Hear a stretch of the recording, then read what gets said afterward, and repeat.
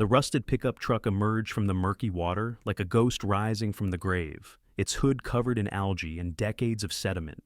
Inside, beneath the collapsed roof and shattered windshield, forensic investigators found a single white prom glove, still pristine despite 40 years submerged in darkness.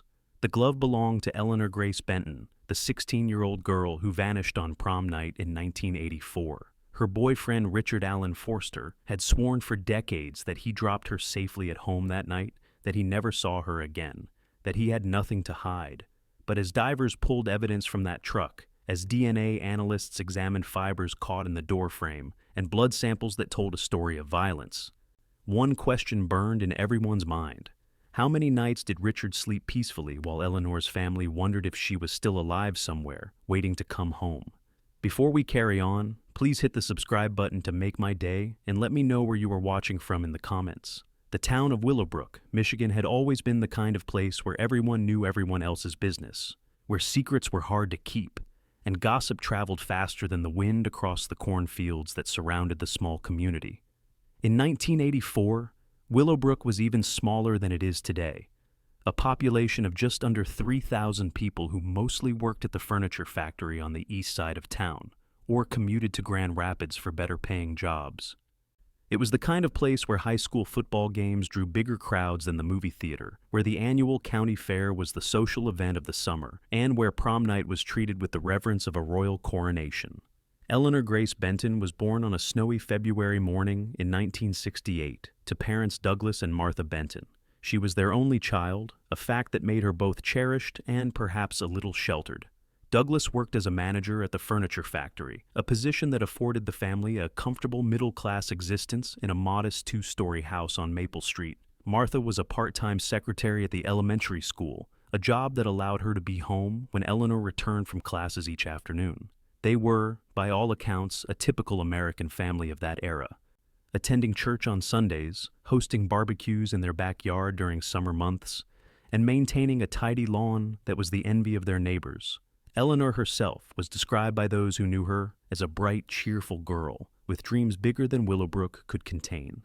She earned solid grades, performed in the school choir, and worked weekends at the local diner, saving money for college. Her friends remember her infectious laugh, the way she could make even the most mundane moments feel special, and her kindness toward everyone she encountered. She wanted to study journalism, to travel the world and write stories that mattered. Her bedroom walls were covered with newspaper clippings and magazine articles, inspiration for the future she was building in her mind. Teachers praised her writing, encouraged her ambitions, and several had written letters of recommendation for the scholarship applications she planned to submit in the fall. Richard Alan Forster entered Eleanor's life during their junior year of high school. He was 17, a year older than Eleanor, and carried himself with the confident swagger of someone who believed the world owed him something. Richard came from a more troubled background than Eleanor. His father, Vernon Forster, owned a small auto repair shop that barely scraped by, and his mother had left the family when Richard was 9 years old, running off with a traveling salesman and never looking back. Vernon dealt with his heartbreak through alcohol, and Richard dealt with his absent mother by building walls around his emotions and projecting an image of toughness that masked deep insecurities. Despite their different backgrounds, or perhaps because of them, Eleanor and Richard found themselves drawn to each other. Eleanor saw in Richard someone who needed the warmth and stability she could offer, someone whose rough edges she believed could be smoothed with patience and care. Richard saw in Eleanor everything his life lacked: sweetness, optimism, and a family that actually functioned. Their relationship began tentatively, with shared glances in the hallway and notes passed during study hall. By Christmas of 1983, they were officially a couple, much to Martha Benton's dismay. Martha had reservations about Richard from the beginning. She noticed how possessive he became, how he seemed to want Eleanor all to himself, how he bristled when other boys talked to her. She saw the way his mood could shift from charming to sullen in an instant, how he sometimes gripped Eleanor's arm a little too tightly when they walked together. Douglas tried to reassure his wife that young love always came with intensity, that Richard was probably just nervous about being in a relationship, that they should trust Eleanor's judgment. But Martha's maternal instincts told her something was wrong. and she began imposing restrictions on when Eleanor could see Richard, rules that only seemed to drive the young couple closer together in defiance. The months leading up to prom were marked by increasing tension in the Benton household. Eleanor, normally so obedient and sweet-natured, became secretive and defensive when it came to Richard. She spent hours on the phone with him each evening. The cord stretched from the kitchen into the hallway, where she thought her parents couldn't hear her hushed conversations. She began lying about where she was going, claiming to be at friends' houses when she was actually meeting Richard at the park or at his father's garage. Martha found love letters hidden in Eleanor's dresser drawer, letters from Richard that alternated between declarations of eternal devotion and angry accusations that Eleanor was pulling away from him, that she cared more about her college dreams than their future together. When Eleanor announced that Richard had asked her to prom and she had accepted, Martha tried to forbid her from going with him. The argument that followed was the worst fight Eleanor and her mother had ever had. Eleanor accused Martha of trying to control her life, of never giving Richard a fair chance, of being stuck in old-fashioned ideas about relationships. Martha tried to explain that her concerns came from love, that she saw warning signs Eleanor was too young to recognize, that some people were damaged in ways that made them dangerous no matter how much you tried to help them. Douglas attempted to mediate, eventually convincing Martha to allow Eleanor to attend prom with Richard under strict conditions. They would go as a group with other couples, Richard would have Eleanor home by midnight, and there would be absolutely no alcohol or drugs involved. Eleanor agreed to her parents' terms, though Martha noticed that her daughter avoided eye contact during the conversation, a tell that had always indicated Eleanor was planning to break the rules. In the weeks leading up to prom, Eleanor's excitement was palpable. She saved her diner wages to buy the perfect dress, a flowing creation in pale blue that made her look like something out of a fairy tale. She practiced different hairstyles with her best friend, Carolyn Jenkins, debating whether to wear her honey blonde hair up or down. She bought new shoes, planned her makeup, and counted down the days with the breathless anticipation of a teenage girl who believed this night would be magical, transformative, the kind of memory she would treasure forever. Prom night arrived on May 5th, 1984, a warm spring evening that smelled of lilacs and freshly cut grass. Martha helped Eleanor get ready, curling her hair and fastening the delicate clasp on the pearl necklace that had belonged to Eleanor's grandmother. For a few hours, the tension between them dissipated as they shared this mother-daughter ritual, Martha blinking back tears as she realized how grown-up her little girl looked, Eleanor spinning in front of the mirror with joy that seemed pure and uncomplicated. Douglas took photographs in the backyard, capturing Eleanor's radiant smile as she posed by Martha's rose bushes, the setting sun casting golden light across her face. Richard arrived at 6:30 in his father's pickup truck, a battered 1976 Ford that had seen better days. He wore a rented tuxedo that didn't quite fit right, the sleeves a bit too short and the pants riding high on his ankles. He carried a corsage of white roses, and Martha had to admit he looked almost handsome when he smiled at Eleanor. His usual hardness softening into something that resembled genuine affection.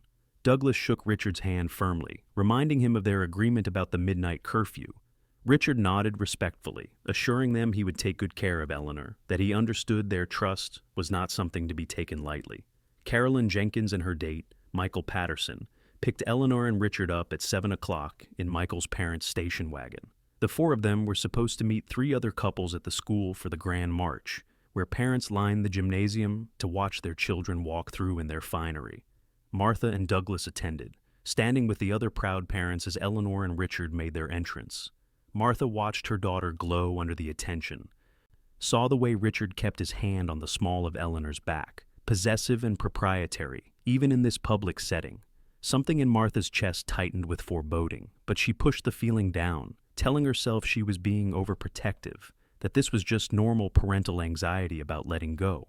The dance itself was held in the gymnasium, which had been transformed with streamers, balloons, and a disco ball that cast spinning patterns of light across the polished floor. The theme was Time After Time, and the decorators had hung dozens of clock faces from the ceiling alongside silver and gold ribbons. A local band played a mix of current hits and classic slow songs, and students danced with the self-conscious enthusiasm of teenagers trying to look sophisticated while also letting loose. Eleanor danced with Richard for most of the night, though she also made time for her friends, laughing and spinning with Carolyn during the upbeat songs, while Richard stood on the sidelines nursing a cup of punch and watching with an expression that shifted between pride and irritation. Around 10:30, several students left the official dance to head to an after-party being held at a farmhouse outside town. The party was an open secret, one that most parents either didn't know about or pretended not to know about, understanding that teenagers would find ways to celebrate regardless of adult supervision. Eleanor had promised her parents she wouldn't attend any after-parties, that she would come straight home after the dance ended at 11. But when Richard suggested they leave early to drive out to their spot by Thornton Lake, a secluded area where they often went to talk away from prying eyes, Eleanor agreed, convincing herself that technically going to the lake wasn't the same as going to a party, that she wasn't really breaking her promise. They left the dance at 10:45 without saying goodbye to Carolyn and Michael, slipping out through a side door while chaperones were distracted, breaking up an argument between two boys who had been competing for the same girl's attention all night. Richard drove his father's truck out of the parking lot quickly, gravel spraying from the tires as he accelerated onto County Road 12. Eleanor later would have remembered feeling excited and slightly guilty, the thrill of minor rebellion mixing with anxiety about disappointing her parents. She would have rolled down the window to let the spring air rush through her hair, the smell of plowed fields and distant bonfires filling her lungs. What happened next is where the official story and the truth diverge. For 40 years, Richard maintained the same account of that night's events. He claimed they drove to Thornton Lake and parked by the water's edge for about 30 minutes, talking about their future and looking at the stars reflected on the lake's surface. He said Eleanor became worried about her curfew around 11:20, so he drove her home, dropping her off at the end of her street at 11:40, so her parents wouldn't hear the truck's loud engine. He said he watched her walk toward her house, her blue dress ghostly in the streetlight's glow, before he drove away. He claimed that was the last time he saw her alive. Douglas and Martha Benton went to bed that night, expecting to hear the front door open and their daughter's footsteps on the stairs. When midnight came and went without Eleanor's return, Martha's anxiety spiked. By 12:30, she woke Douglas, and they began calling Eleanor's friends. Carolyn Jenkins reported that she hadn't seen Eleanor or Richard since before the dance ended, that she assumed they had left early, but didn't know where they went. Michael Patterson confirmed the same story. By 1 in the morning, Douglas called the Willowbrook Police Department. The initial response from law enforcement was frustratingly casual. The officer who took the call, Deputy Frank Morrison, suggested that Eleanor was probably just at an after-party and had lost track of time, that teenagers often did this after dances and usually showed up, hungover but safe, the next morning. Douglas tried to explain that Eleanor wasn't the type to stay out without calling, that something was wrong, but his concerns were met with patronizing reassurance. It wasn't until Douglas mentioned Richard Forster's name that the deputy's tone changed slightly. Richard had a reputation in town, a few incidents of underage drinking, and a fistfight outside the bowling alley that had nearly resulted in charges. Deputy Morrison agreed to send an officer to the Benton house to take a formal report. Officer James Hendricks arrived at the Benton home at 1:30 in the morning, notepad in hand, and a sympathetic expression on his weathered face. He took down all the details Martha and Douglas could provide: what Eleanor was wearing, who she was with, when she was supposed to be home. He asked if they had tried calling Richard, and Douglas admitted he didn't have the Forster phone number. Officer Hendricks said he would drive over to the Forster residence personally to question Richard about Eleanor's whereabouts. He tried to reassure the frantic parents that most missing teen cases resolve within 24 hours, usually with the embarrassed return of a young person who simply made a bad decision and stayed out too late.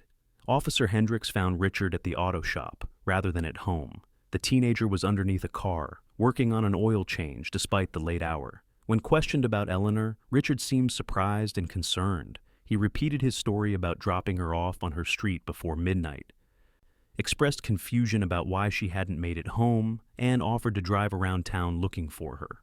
Officer Hendricks noted that Richard appeared genuinely worried, that his hands shook slightly as he wiped grease from them with a rag, that he volunteered information without being pressed. The officer told Richard to stay available for further questions, and returned to the Benton house to report that Eleanor's boyfriend claimed to have dropped her off safely. This is where the nightmare truly began for Douglas and Martha Benton. The hours between Friday night and Saturday morning passed in agonizing slowness. They called every friend, every acquaintance, anyone who might have seen Eleanor or know where she could be. Martha walked the streets of their neighborhood in her nightgown and slippers, calling her daughter's name into the darkness. Douglas drove every road in and around Willowbrook, scanning ditches and sidewalks for any sign of the blue prom dress. When dawn broke without any word, they knew with crushing certainty that something terrible had happened to their only child. The Willowbrook Police Department organized a search party on Saturday morning.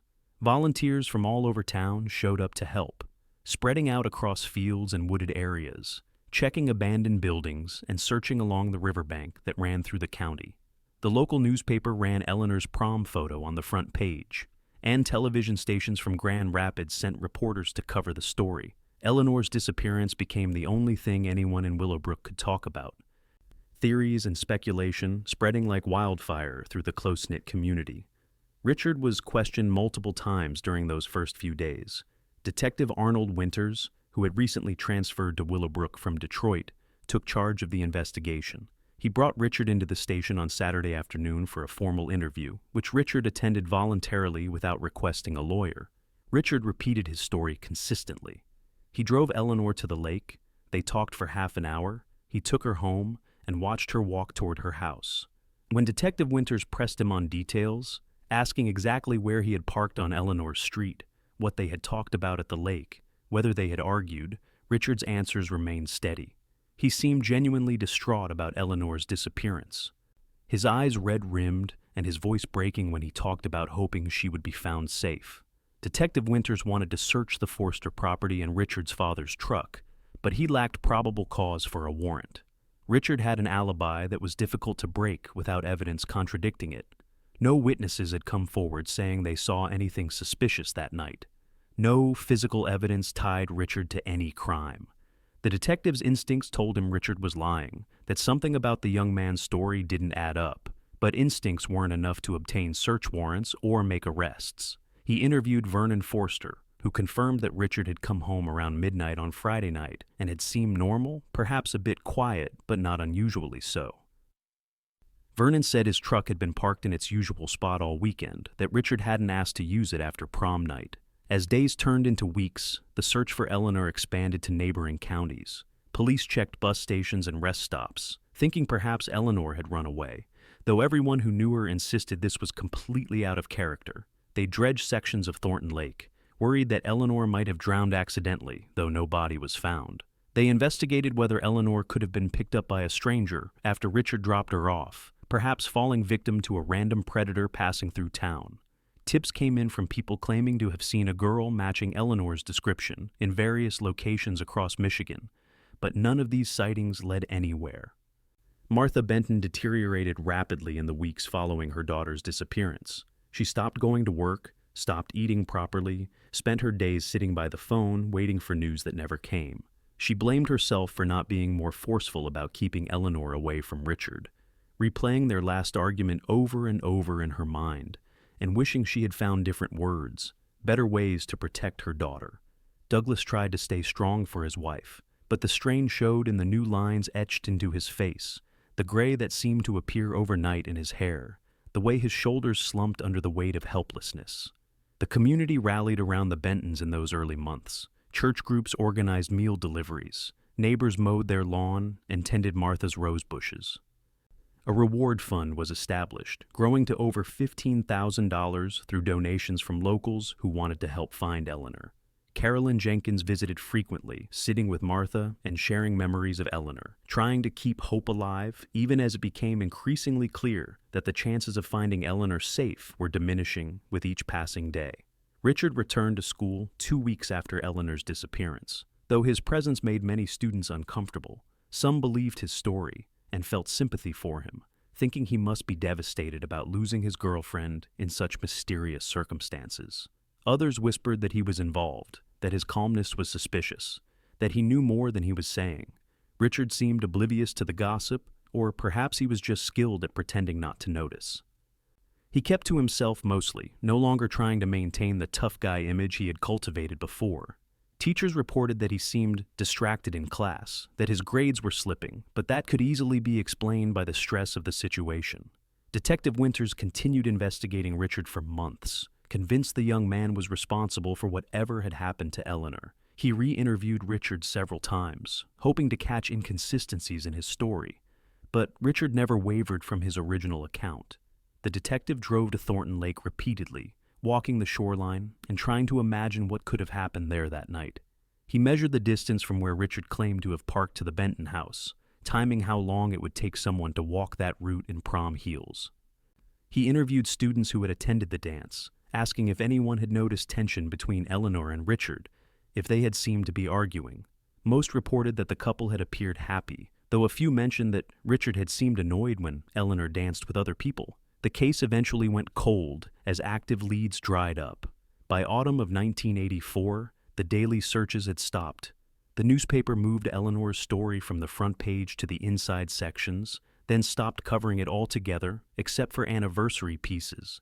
Detective Winters was reassigned to other cases, though he never stopped thinking about Eleanor Benton and the boyfriend whose story he didn't believe. Douglas and Martha settled into a horrible new normal, their lives permanently fractured by the loss of their daughter and the lack of answers about what happened to her. Richard graduated from high school in 1985 and took a job at his father's auto shop. He never left Willowbrook, never seemed to want to escape the town, where everyone knew his name and associated him with Eleanor's disappearance. He kept a low profile, worked hard, eventually took over the auto shop when Vernon retired. In 1992, Richard married a woman named Patricia Coulson from a neighboring town, someone who hadn't known Eleanor and was willing to believe Richard's version of events. They had 2 children together, built what appeared to be a normal middle-class life, attended the same church where the Bentons still prayed for answers about their missing daughter. The years passed with cruel slowness for Douglas and Martha. They kept Eleanor's room exactly as she had left it, her prom dress hanging in the closet still wrapped in plastic from the dry cleaners, where they had taken it after the dance, thinking she might want it preserved as a keepsake. Her college brochures remained stacked on her desk, applications half filled out for a future that would never come. Every birthday, every holiday, every ordinary Tuesday was colored by Eleanor's absence. The not knowing was its own special torture. Martha confessed to friends that sometimes she wished they would find Eleanor's body, that at least then they could have closure, could properly grieve, and lay their daughter to rest. The hope that Eleanor might still be alive somewhere, suffering or lost or kept against her will, was almost worse than accepting she was dead. Douglas Benton died in 1999 from a massive heart attack. He was only 63 years old, but the stress of losing Eleanor had aged him far beyond his years. At his funeral, people whispered that he had died of a broken heart, that the mystery of his daughter's disappearance had slowly killed him. Martha was devastated by the loss of her husband, feeling that she had now lost both the people she loved most. She became a shadow of herself, a fragile elderly woman who moved through her days mechanically, sustained only by the faint hope that she might live long enough to learn what happened to Eleanor. Detective Winters retired from the Willowbrook Police Department in 2005, but he never forgot the Eleanor Benton case. It haunted him, the one that got away, the case he was never able to solve despite his certainty that Richard Forster was responsible. In retirement, Winters continued following developments in forensic science, reading about new DNA techniques and cold case breakthroughs, hoping that someday technology would advance enough to reopen Eleanor's case with new tools. He maintained a thick file in his home office filled with notes, theories, and frustration about the lack of physical evidence that could prove what he believed in his gut to be true. Richard Forster lived his life in Willowbrook, as though he had nothing to hide. He coached his son's little league team, attended school concerts for his daughter, ran the auto shop with steady competence. He rarely spoke about Eleanor, though when he did it was with apparent sadness, positioning himself as another victim of the mysterious tragedy, someone who had also lost someone he loved that night. Some people in town believed him, thought it was cruel that he continued to face suspicion for something he clearly hadn't done. Others never stopped watching him with wary eyes, never stopped wondering what he really knew about Eleanor's fate. The breakthrough in Eleanor's case came 4 decades later, in the spring of 2024. The county had allocated funds for a major infrastructure project to improve drainage systems along County Road 12 and the surrounding areas. Years of heavy rainfall and poor water management had created flooding issues, and engineers determined that part of the solution required dredging a section of Thornton Lake where runoff collected. The project began in March, with crews bringing in heavy equipment to remove sediment and debris from the lake bottom. On April 3, 2024, workers operating a backhoe at the lake's eastern edge caught something with their bucket that wasn't mud or vegetation. When they pulled the bucket up to investigate, they found themselves looking at the rusted frame of a vehicle. The crew supervisor immediately halted work and called the sheriff's department. Within hours, the site was swarmed with law enforcement, and the decision was made to bring in specialized equipment to carefully excavate the submerged vehicle. The recovery process took 2 days. Divers went down first to assess the vehicle and check for any obvious signs of human remains. They confirmed it was a pickup truck, heavily damaged and covered in algae and sediment from 4 decades underwater. The truck was carefully raised using cranes and placed on a flatbed trailer, water and mud pouring from every opening as it emerged from its watery grave. Once the truck was transported to a secure facility, investigators began the painstaking process of documenting and examining every inch of it. The vehicle identification number revealed what many had already begun to suspect. This was Vernon Forster's 1976 Ford pickup truck, the same vehicle Richard had been driving on prom night in 1984. The truck that Richard and his father had both claimed was parked at the auto shop all weekend after the dance. The truck that had somehow ended up at the bottom of Thornton Lake, in almost the exact location where Richard had told police he and Eleanor had gone to talk that night. Martha Benton was 82 years old when she received the phone call from the current Willowbrook Police Chief, Daniel Reeves, informing her that a vehicle had been found that might be connected to Eleanor's disappearance. She had lived for 40 years in a state of suspended grief, never able to fully mourn because she never had confirmation of what happened to her daughter. Now, as Chief Reeves gently explained that the truck's discovery suggested Eleanor might finally be found, Martha felt a complicated mixture of devastation and relief. The not knowing had been its own kind of death, and perhaps now, at the end of her life, she would finally have answers. The forensic examination of the truck was led by Dr. Sarah Chen, a forensic anthropologist who had worked on numerous cold cases. She and her team approached the vehicle systematically, photographing everything before any item was moved or removed. The truck's interior was largely collapsed, the roof caved in from decades of water pressure. Mud filled the cab nearly to the dashboard level, but as they carefully excavated the interior, removing sediment layer by layer, they began finding evidence that told a story Richard Forster had been hiding for 40 years. The first major discovery was a single white prom glove, found wedged between the collapsed bench seat and the door frame. The glove was remarkably well preserved, the lack of oxygen at the lake bottom having prevented normal decomposition. It matched descriptions of the gloves Eleanor had worn with her prom dress. Delicate white fabric with tiny pearl buttons at the wrist. DNA extracted from skin cells inside the glove confirmed it had been worn by Eleanor, the first physical proof that she had been in this truck after Richard claimed to have dropped her off safely. As the team continued their examination, they found more damning evidence. Caught in the mechanism of the passenger side door handle were several honey blonde hairs that DNA testing confirmed belonged to Eleanor. The pattern of the hairs and the force required to trap them in the mechanism suggested they had been torn out during a struggle. Scraping marks on the inside of the passenger door indicated someone had desperately tried to open it from inside, fingernails leaving gouges in the metal that spoke of panic and violence. But perhaps the most compelling evidence came from the truck's bed, where investigators found a waterlogged jacket that had belonged to Richard Forster, identifiable from a name tag sewn inside from the auto shop. The jacket had been examined microscopically, and in the fabric fibers around the collar and shoulders, forensic scientists found biological material that modern DNA analysis could still identify. The samples contained a mixture of Richard's DNA and Eleanor's DNA, but what made them particularly significant was the presence of defensive wound markers. Eleanor's skin cells and a tiny amount of her blood were found under torn fabric areas of the jacket, in a pattern consistent with someone clawing at the person wearing it while trying to fight them off. Dr. Chen's analysis concluded that Eleanor had been in the truck at Thornton Lake, that a violent struggle had occurred between her and Richard, and that the truck had been deliberately driven or pushed into the lake. The damage patterns on the vehicle indicated it had gone into the water from the shore rather than from a boat ramp, likely rolling down the slight embankment at a spot where the vegetation was thick enough to hide tire tracks.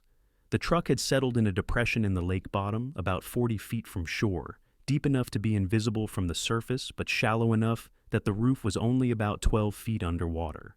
The most heartbreaking discovery came near the end of the forensic examination. Trapped beneath the collapsed front seat, investigators found bone fragments and tissue remnants that DNA analysis confirmed belonged to Eleanor Grace Benton.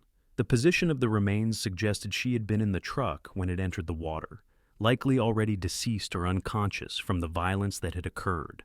After 40 years, the lake had finally given up its terrible secret. Eleanor had never walked toward her house that night in her blue prom dress. She had died in Richard Forster's truck and been submerged with the vehicle, her family spending decades wondering if she might still be alive somewhere, while her body rested in the cold darkness of Thornton Lake.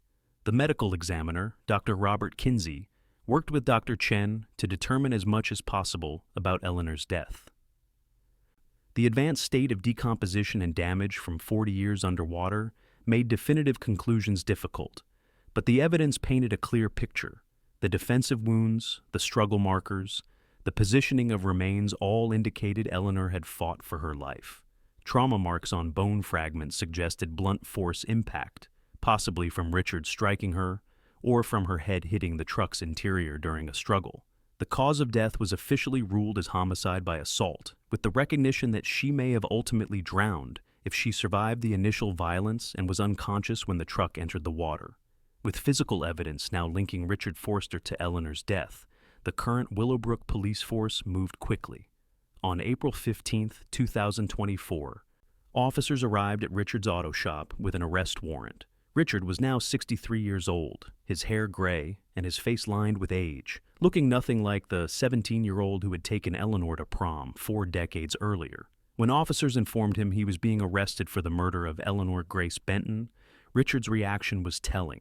He didn't protest his innocence loudly or demand to know what evidence they had. Instead, his face seemed to collapse inward, and he simply asked if his wife could be called before they took him away. The arrest made national news, a cold case breakthrough 40 years in the making. Media outlets descended on Willowbrook, interviewing residents who remembered Eleanor and the mysterious circumstances of her disappearance. Detective Winters, now 82 years old himself, was contacted by reporters seeking comment. He expressed a bittersweet satisfaction that the case had finally been solved, that his instincts about Richard's guilt had been vindicated, though he mourned that Douglas Benton hadn't lived to see justice for his daughter. Patricia Forster was devastated by her husband's arrest.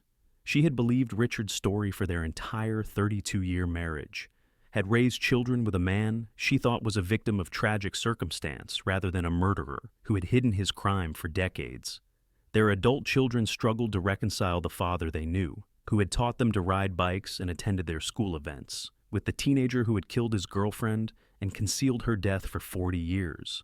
The family fractured under the weight of the revelation, Patricia filing for divorce and the children changing their last names to distance themselves from their father's crimes. Richard initially maintained his innocence after his arrest, claiming the evidence must have been planted or contaminated, that he couldn't explain how the truck ended up in the lake. But as his court-appointed attorney reviewed the forensic evidence, the overwhelming scientific proof of what had occurred, Richard was advised that fighting the charges would likely result in a harsher sentence. Faced with the possibility of spending whatever remained of his life in prison, with no chance of parole, Richard finally agreed to tell the truth in exchange for a plea agreement that would make him eligible for parole after serving 30 years. The truth, when it finally emerged in court depositions, was both simpler and more heartbreaking than many of the theories that had circulated over the years. Richard admitted that he and Eleanor had indeed gone to Thornton Lake after leaving the prom. They had parked by the water and begun talking, but the conversation had quickly turned into an argument.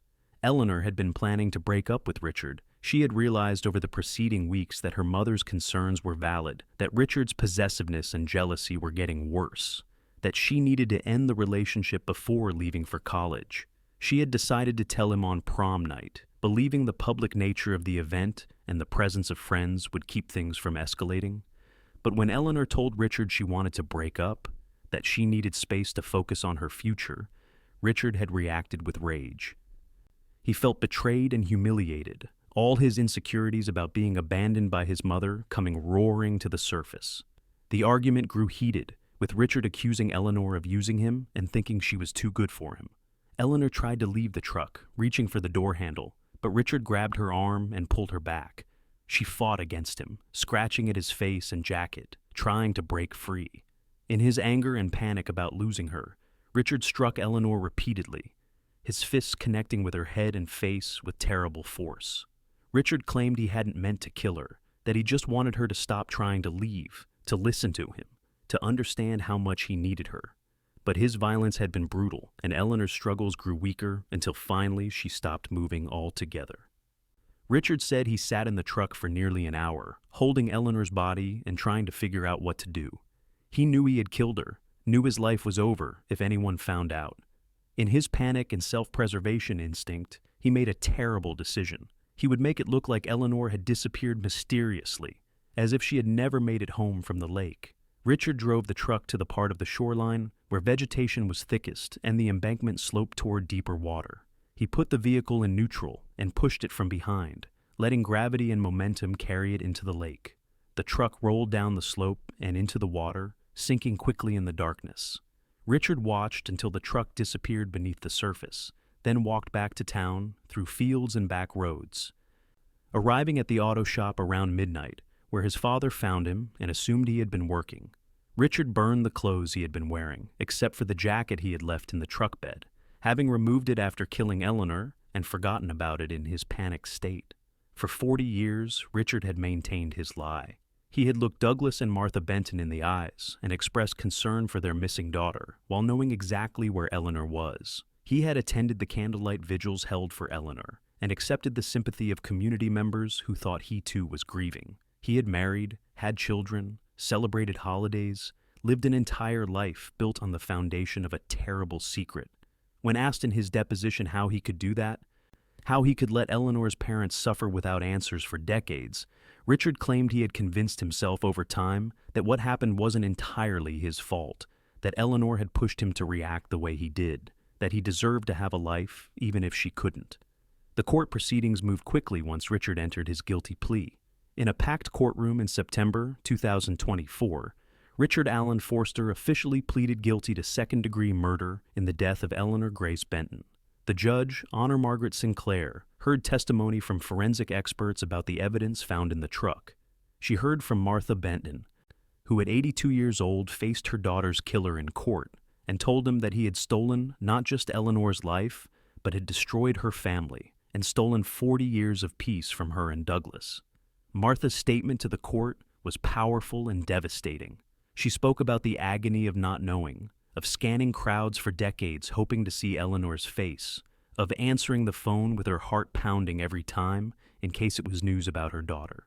She talked about Douglas dying without answers, about how the mystery had consumed their lives and left them unable to fully grieve.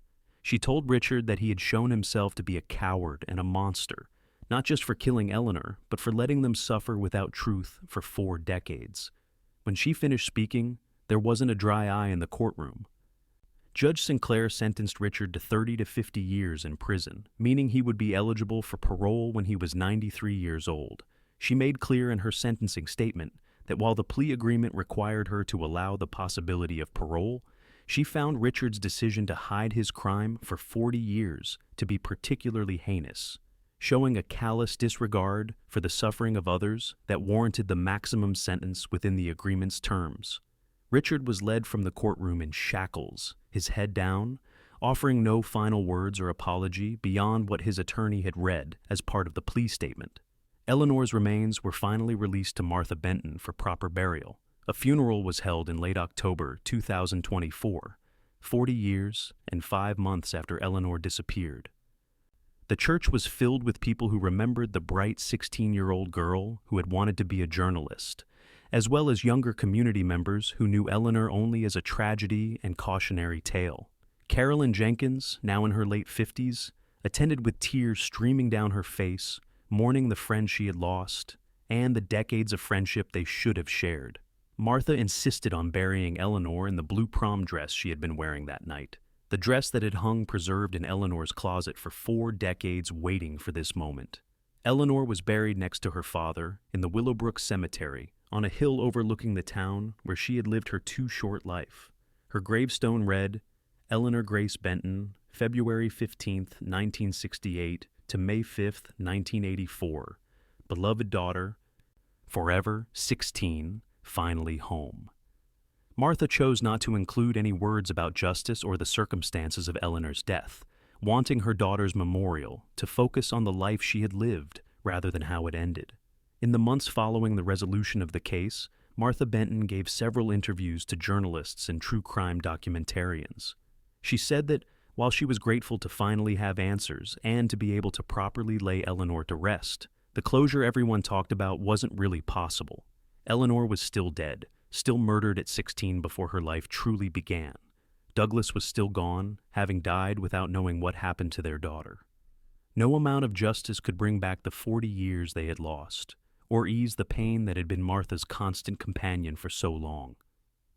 Martha established the Eleanor Grace Benton Memorial Scholarship at Willowbrook High School, using money from the reward fund that had never been claimed and adding her own savings. The scholarship would be given annually to a student studying journalism, helping young people pursue the dreams Eleanor never got to fulfill. The first recipient was a young woman who wrote her application essay about how Eleanor's story had inspired her to become an investigative journalist, to be a voice for victims who couldn't speak for themselves. Detective Winters passed away in January 2025, just months after seeing the Eleanor Benton case finally solved. His family said he died at peace, having witnessed justice served in the case that had haunted him throughout his career. His obituary mentioned his dedication to finding Eleanor and his decades of refusing to give up on cold cases that others had forgotten. The auto shop that Richard had run for decades closed permanently after his conviction, the building eventually purchased by a family from out of town who had no connection to Willowbrook's dark history. The spot at Thornton Lake, where Eleanor's body had rested for 40 years, became an unofficial memorial, with people leaving flowers and notes. The county eventually installed a small plaque there, not marking the exact location, but acknowledging that this place held significance in Eleanor's story, and should be remembered as a reminder about the preciousness of life and the importance of justice. Martha Benton died in her sleep on a cold February night in 2026, just days after what would have been Eleanor's 58th birthday. Friends said Martha had seemed ready to go, that once Eleanor was properly buried and Richard was convicted, she had completed the mission that had kept her going all those years. At her funeral, the pastor spoke about how Martha's love for her daughter had never wavered, how she had carried the burden of not knowing with grace and dignity, and how she could finally rest knowing Eleanor was at peace. Mother and daughter were buried side by side, reunited at last after being torn apart by violence and lies on a spring night that should have been filled with joy and celebration. The story of Eleanor Grace Benton serves as a sobering reminder that evil sometimes hides behind ordinary faces, that people we think we know can harbor terrible secrets, and that the pursuit of justice must never end no matter how much time has passed. It took 40 years and the random chance of a drainage project to finally expose the truth about what happened to a 16-year-old girl who vanished after prom. But through the dedication of forensic scientists, the advancement of DNA technology, and the refusal of investigators to forget Eleanor's case, a murderer who thought he had gotten away with his crime was finally held accountable. Eleanor's story also highlights the devastating impact violent crime has on families and communities. Douglas and Martha Benton lost not just their daughter, but decades of their lives to grief and uncertainty. Friends and neighbors lived with suspicion and questions, relationships strained by the mystery of what really happened that night. Richard's own family was ultimately destroyed by the revelation of his long-hidden crime, his children forced to confront the reality that their father was not who they thought he was. Today, Willowbrook remembers Eleanor not as a victim, but as a young woman full of promise whose life was stolen from her. Her story is taught in local schools as part of lessons about recognizing warning signs in relationships, about the importance of speaking up when something feels wrong, about the resources available to people experiencing dating violence. Eleanor's death, while tragic and senseless, has become a catalyst for education and prevention, helping protect other young people from similar fates. The case also demonstrates how forensic science continues to evolve and provide answers in cases that seemed unsolvable. The DNA techniques used to extract and analyze evidence from Eleanor's prom glove and the fabric of Richard's jacket didn't exist in 1984. Without these advances, the discovery of the truck might have provided closure that Eleanor's body had been found, but not definitive proof of how she died or who was responsible. Modern forensic technology gave Eleanor a voice from beyond the grave, telling investigators what had happened to her when her killer refused to speak truthfully. Richard Forster remains in prison, where he will likely spend the rest of his life. Reports from correctional officers indicate he keeps to himself, participates in required programs, but shows little interest in socializing with other inmates. He has reportedly received letters from true crime enthusiasts and crime blog readers, some expressing disgust at his actions and others strangely sympathetic, but he doesn't respond to any of them. His children have made clear they want no contact with him, and Patricia has moved to another state to escape the stigma of being known as the wife of a murderer. The full truth of what happened in those moments at Thornton Lake on May 5th, 1984, will be known only to Richard and to Eleanor's memory. But the evidence tells a clear enough story. A teenage girl tried to assert her independence and make healthy choices about her future, and a teenage boy responded with lethal violence rather than accept rejection. Eleanor fought for her life in those final moments, her scratches on Richard's jacket and her hair caught in the door handle, testifying to her desperate struggle to survive. She deserves so much more than the fate she received, deserved to attend college and become the journalist she dreamed of being, deserved to fall in love with someone who would cherish rather than harm her, deserved to grow old and live a full life. Instead, Eleanor Grace Benton's life ended at 16, her body hidden in a watery grave while her killer walked free for 40 years. But through the dedication of those who never forgot her, through the advancement of science and the persistence of justice, Eleanor's story finally reached its conclusion. The mystery that defined Willowbrook for 4 decades was solved, and while that couldn't restore what was lost or heal all the wounds inflicted by Eleanor's murder and the decades of deception that followed, it provided a measure of peace for those who loved her, and a reminder that truth, no matter how long buried, will eventually rise to the surface demanding to be heard. The investigation that followed the discovery of the truck revealed layers of deception that even seasoned detectives found disturbing. When forensic accountants examined Richard's financial records from 1984 and the years that followed, they discovered he had taken out a personal loan just 3 weeks after Eleanor's disappearance. The loan amount was $3,000, a significant sum for an 18-year-old with minimal income. Bank records showed Richard had used this money to purchase a different vehicle, a 1979 Chevrolet sedan that he claimed he needed because his father's truck had mechanical problems and was no longer reliable. This purchase, investigators now realized, was part of Richard's cover story, establishing a narrative that the truck had been out of commission and therefore couldn't have been involved in Eleanor's disappearance. Vernon Forster, Richard's father, had died in 2008, taking whatever knowledge he might have had about his son's crimes to the grave. But investigators interviewed Vernon's former friends and employees from the auto shop, trying to determine if the elder Forster had suspected or known about Richard's involvement in Eleanor's death. One former mechanic, Harold Davies, now 78 years old, came forward with a troubling memory that had haunted him for decades. Harold recalled that about a week after Eleanor disappeared, he had arrived at the shop early one morning and found Vernon hosing down the garage floor with unusual intensity, scrubbing at a particular spot near the hydraulic lift. When Harold asked if there had been a major oil spill, Vernon had snapped at him to mind his own business, a reaction that was completely out of character for the normally easygoing man. Harold said he had noticed that Vernon's truck was missing from its usual parking spot for several weeks after prom night, and when he asked about it, Vernon claimed he had loaned it to a cousin in another county who needed temporary transportation. The truck reappeared at the shop sometime in late June, Vernon said, but Harold never saw Richard or Vernon drive it again. Looking back with the knowledge of what had been found in Thornton Lake, Harold wondered if Vernon had known or suspected what his son had done and had helped cover it up by cleaning potential evidence from the garage and creating a story about the truck being gone. The guilt of possibly having witnessed a cover-up and said nothing had weighed on Harold for 40 years, and he broke down crying during his police interview, saying he wished he had spoken up decades ago, even though he hadn't understood the significance of what he was seeing at the time. The psychological profile compiled on Richard Forster during the post-arrest investigation painted a picture of someone who had spent his entire life building walls between his actions and his conscience.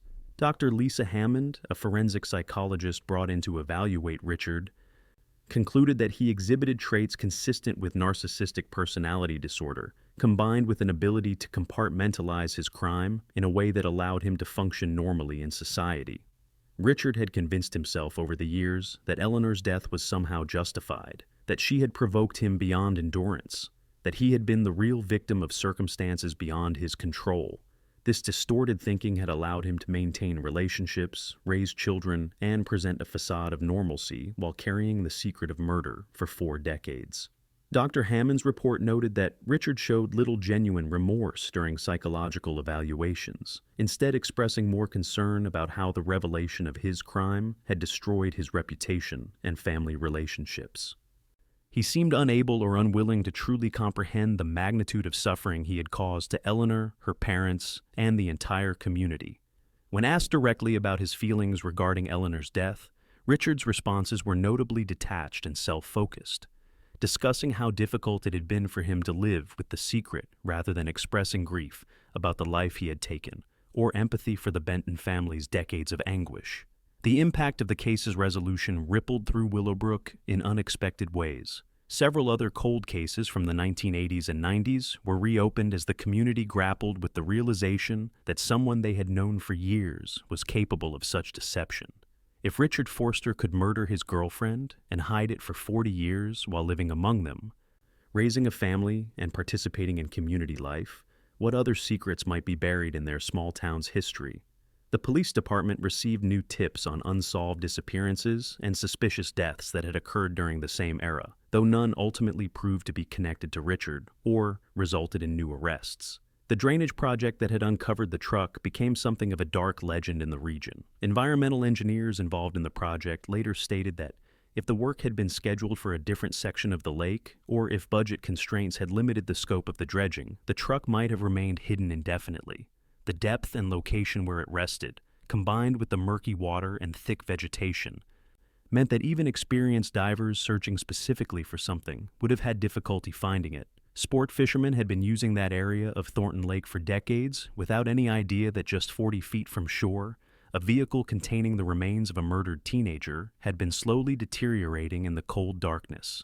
Climate scientists noted with grim irony that the flooding problems that necessitated the drainage project were partly the result of changing weather patterns and increased rainfall over recent decades. In a strange way, global climate change had indirectly led to justice for Eleanor Benton, the environmental shifts of the 21st century exposing a crime committed in the 20th.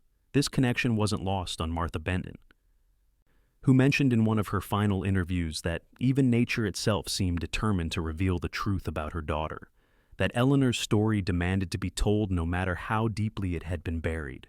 The forensic examination of the truck revealed other details that painted a fuller picture of that terrible night. The vehicle's odometer reading, preserved despite water damage, showed that Richard had driven only 12.4 miles between leaving the Prom and the truck going into the lake. This distance was consistent with the route from the high school to Thornton Lake, but inconsistent with Richard's claim that he had driven Eleanor home afterward. If his story had been true, the odometer would have shown approximately 22 miles to account for the round trip to Eleanor's house.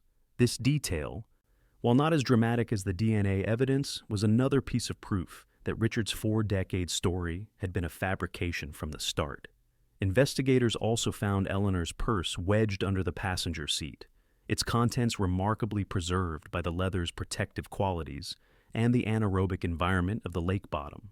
Inside were her driver's license, $12.35, a lipstick, a compact mirror, and most poignantly, a college brochure for the University of Michigan's journalism program, with sections highlighted and margin notes in Eleanor's handwriting about scholarship deadlines and course requirements. The purse also contained a folded piece of notebook paper on which Eleanor had drafted what appeared to be the beginning of a breakup letter to Richard, though it was unclear whether she had ever shown it to him, or if she had decided to talk to him in person instead. The letter read, "Richard, I care about you so much, and the time we've spent together has meant everything to me. But I need to be honest with myself, and with you. I'm going to college next year, and I want to focus on my education and my dreams. I think we want different things from life, and it's not fair to either of us to pretend otherwise. You deserve someone who can give you their whole heart and attention, and I need space to figure out who I'm meant to become. This doesn't mean I don't have feelings for you. It just means I'm choosing a path that I need to walk alone for now. I hope you can understand and that someday we can look back on our time together with good memories instead of resentment." The letter ended there, unfinished, Eleanor's careful script trailing off mid-thought as though she had been interrupted or had decided the words weren't quite right yet. This letter, more than perhaps any other piece of evidence, revealed the true tragedy of what happened that night. Eleanor hadn't wanted to hurt Richard. She had been trying to be kind, to be mature, to handle a difficult situation with grace and consideration for both their feelings. She had been doing exactly what young people are supposed to do, recognizing when a relationship isn't healthy, setting boundaries, and prioritizing her future. For these perfectly reasonable and admirable choices, she had been killed. The injustice of it was almost unbearable for those who reviewed the evidence. Carolyn Jenkins, Eleanor's best friend, was given the opportunity to view some of the personal items recovered from the truck before they were permanently archived as evidence. She requested to see the college brochure and the unfinished breakup letter. Afterward, Carolyn told reporters that seeing Eleanor's handwriting after 40 years felt like receiving a message from beyond the grave, a reminder of the intelligent, thoughtful young woman who had been stolen from the world.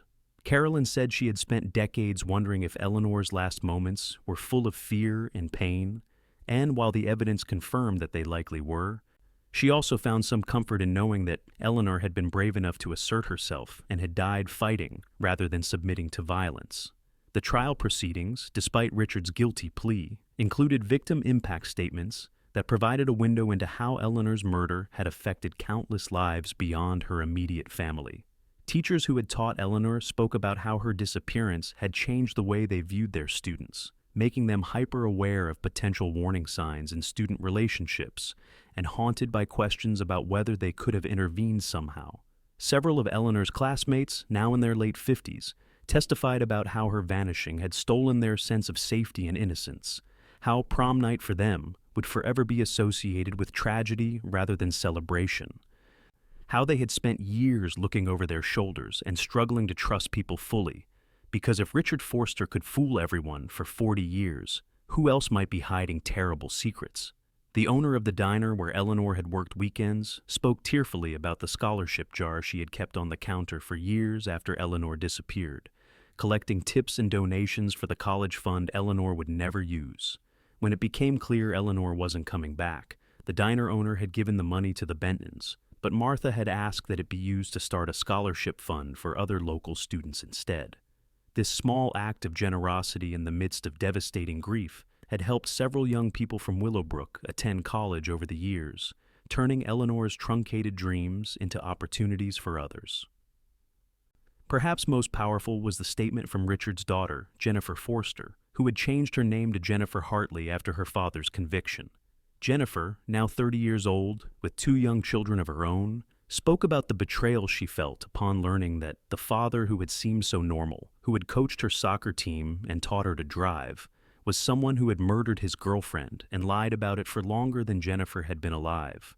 She talked about the difficult conversations she now had to have with her own children about their grandfather, about how she struggled with guilt, wondering if there had been signs she missed, if she should have somehow known her father was capable of such evil. Jennifer ended her statement by addressing Eleanor directly, saying she was sorry that her father had taken Eleanor's life, and that if she could undo the past and trade her own existence for Eleanor's survival, she would do it without hesitation. The psychological impact on Richard's family extended to his son as well.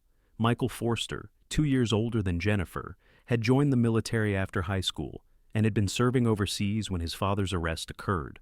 Michael requested emergency leave to return home, but upon learning the full extent of his father's crimes, he wrote a letter to the court stating that he no longer considered Richard to be his father and that he supported the maximum possible sentence. Michael changed his name as well, adopting his mother's maiden name of Coulson. Both of Richard's children made clear that they would never visit him in prison, would never speak to him again, and wanted no part of the inheritance or possessions he might leave behind. Patricia Forster, Richard's ex-wife, provided her own statement to investigators that shed light on their marriage and whether Richard had ever shown signs of his capacity for violence. Patricia admitted that there had been incidents over their 32 years together that, viewed through the lens of his confession, took on new and sinister meaning. Richard had always been controlling about her friendships and activities, had shown flashes of rage when he felt disrespected or ignored, and had occasionally grabbed her roughly during arguments, though he had never struck her. Patricia said she had convinced herself these behaviors were just personality flaws, that all marriages had difficult moments, that Richard was fundamentally a good man dealing with stress from work and finances. But there had been one incident that Patricia now realized should have been a massive red flag. About 5 years into their marriage, they had gotten into an argument about Patricia wanting to take night classes to finish her college degree. Richard had become furious, accusing her of trying to think she was better than him, of planning to leave him once she had an education. During the argument, he had grabbed her by the throat and pushed her against the wall, his face inches from hers, his eyes empty of emotion in a way that terrified her. He had released her after a few seconds and immediately apologized, claiming he didn't know what had come over him, that the stress of his father's declining health was affecting him. Patricia had been so shaken that she dropped her plans for college and never brought up the subject again. Now she wondered if that momentary glimpse of violence had been the same rage that killed Eleanor, if she had come closer to sharing Eleanor's fate than she ever imagined.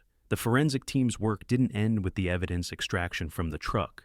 Dr. Chant and her colleagues published a detailed case study in a forensic science journal, documenting the techniques used to recover and analyze evidence from a vehicle submerged for 4 decades. The paper became required reading in forensic programs around the country, demonstrating how persistence and modern technology could solve even the coldest of cases.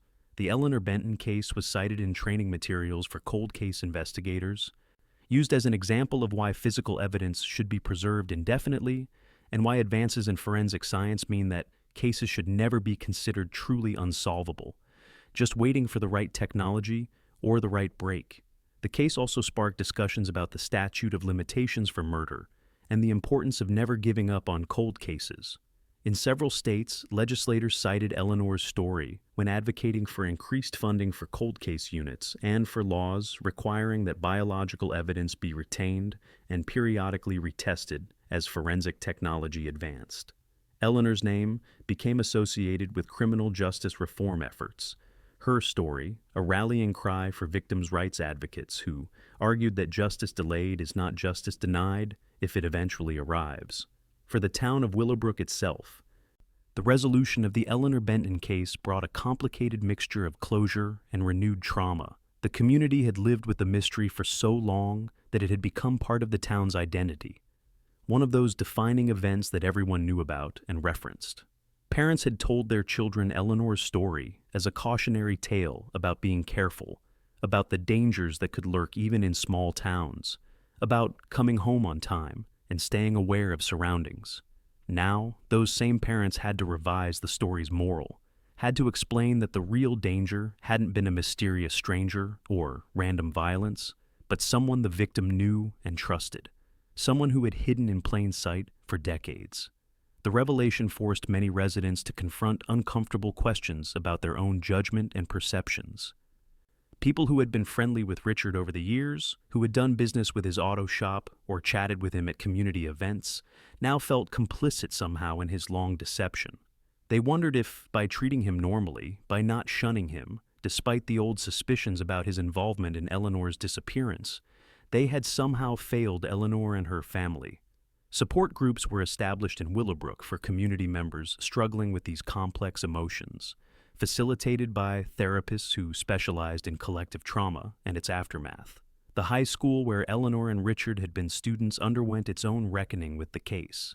Administrators reviewed their policies on dating violence and implemented new programs to educate students about healthy relationships, warning signs of controlling behavior, and resources available to young people in dangerous situations.